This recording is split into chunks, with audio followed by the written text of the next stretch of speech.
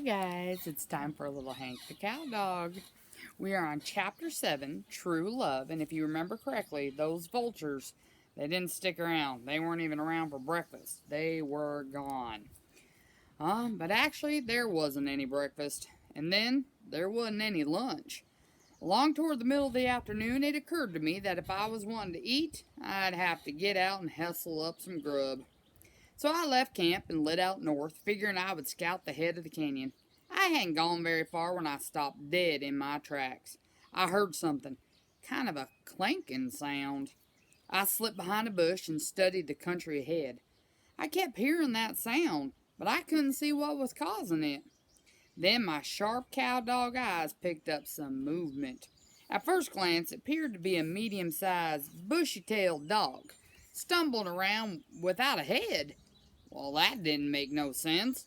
I'm not so easily fooled. My years of security work told me that there was no more of this thing than I decided I needed to investigate, because there was definitely something missing. A dog without a head? I just couldn't believe it. So I moved closer and pieced together the following details. The subject wasn't a dog. He was a coyote. Age, approximately 3 years, 5 months.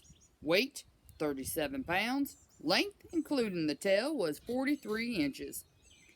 He was also not a he. He was a she, meaning a female of the species. Rather homely, as coyotes tend to be, but not without her charm. Subject had stuck her head into a Hawaiian can punch. With the top that had been cut out. The can had lodged around her ears and had gotten stuck there, leaving her blind and helpless. One of the first rules you learn as a cowdog is that cowdogs and coyotes don't mix. They're natural-born enemies. The former devoted to protection of home and livestock and civilization. The latter's devoted to a dissolute style of life based on raiding and deprivation and uncivilized forms of behavior. In other words, I had every reason to walk away and leave that coyote to her fate. A slow, lingering death.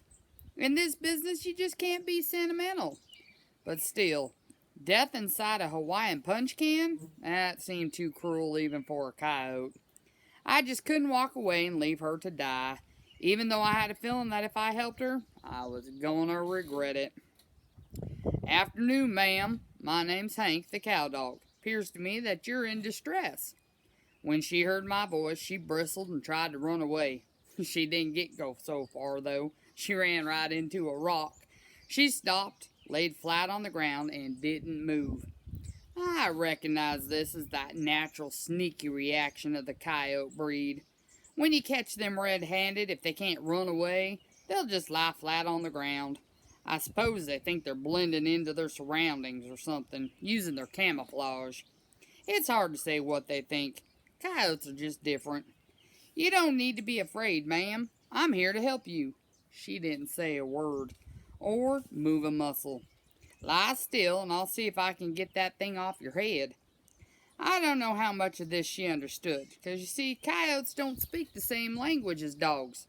Some of the words are similar, but some aren't. Modern Doglish and Coyote dialect both come from the same linguistic root, which was the ancient spoken language of our common ancestors, many, many years ago, before the species split, went into Dogus domesticus and Dogus coyotus. This is pretty technical stuff, and I don't want to bore anyone, but it's important that you readers understand these differences. Well, it just so happened that I was fluent in the coyote dialect, so I decided to address the lady in her own language. Me not hurt, Missy Coyote. Me friend. Me help Missy. Missy have trouble? You not hurt? Her voice echoed inside the can. No, ma'am, me not hurt. Me help. Missy Coyote lie still, not move. Hank fixie real quick. For a long time she didn't speak. Then she responded, Missy lie still. It was important that I got the point across to her that I was a friend, don't you see? Because it would have been typical coyote behavior for her to jump up once I got the can off her head and tear off one of my ears.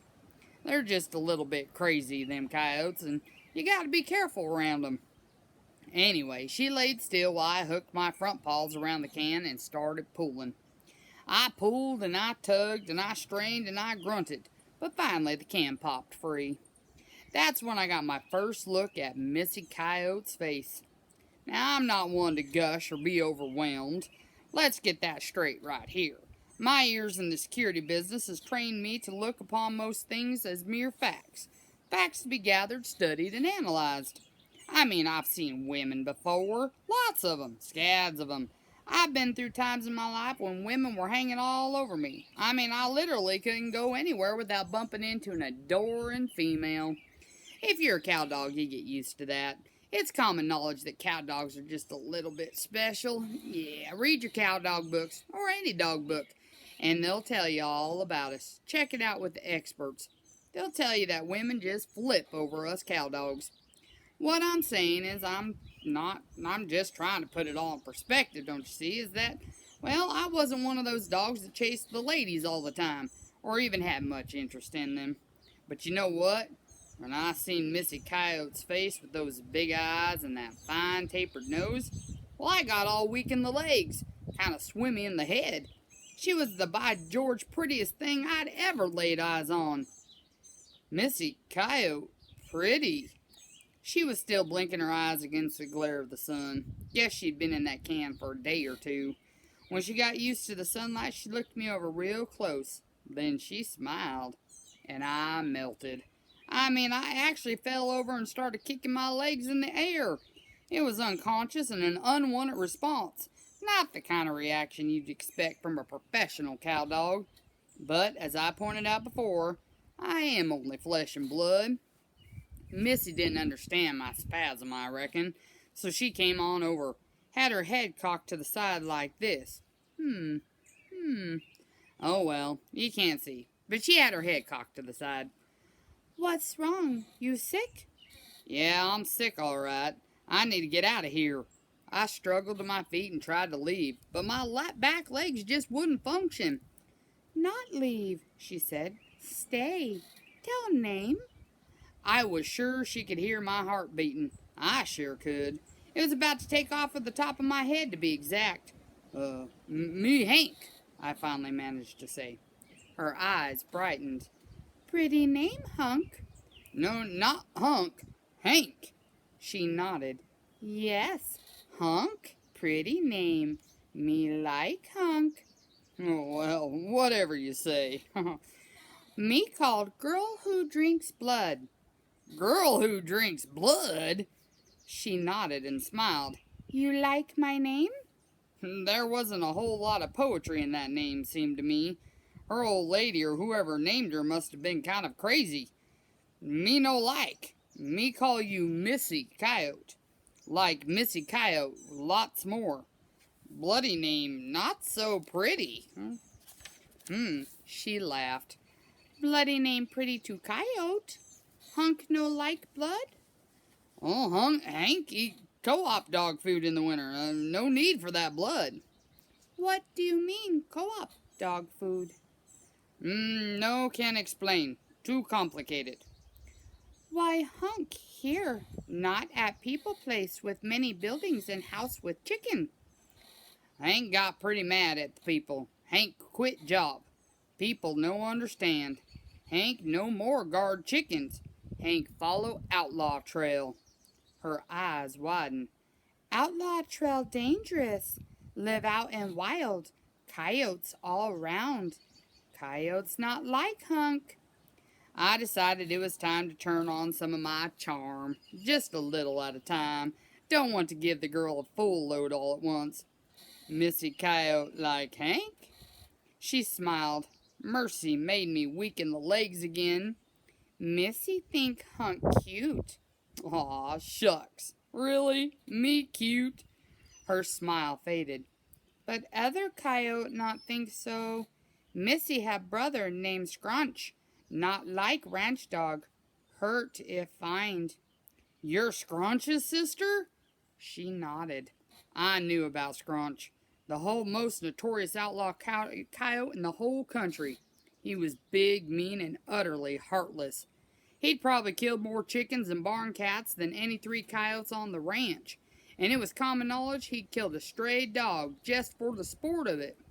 As a matter of fact, me and Scrunch had met on the field of a battle and had fought to draw, which I had considered a victory. That was back in the winter. January, as I recall. Yeah, it was, because we fought in the snow. Scrunch was a real thug.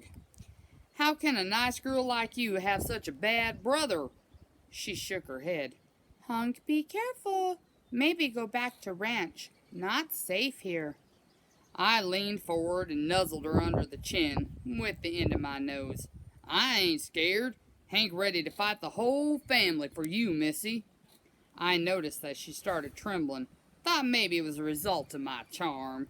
Then she whispered, Honk in trouble. Whole family is here. Huh? I looked around and she wasn't kidding. The whole daggum family had arrived. We was surrounded by lean-limbed, long-haired, scruffy-tailed, yellow-eyed, slaw-jacked, hungry-looking coyotes. I was in trouble, fellers, and I had a feeling there was a wreck that was a-comin'. Alrighty, guys, we're on Chapter 8 for next week. Talk to you later.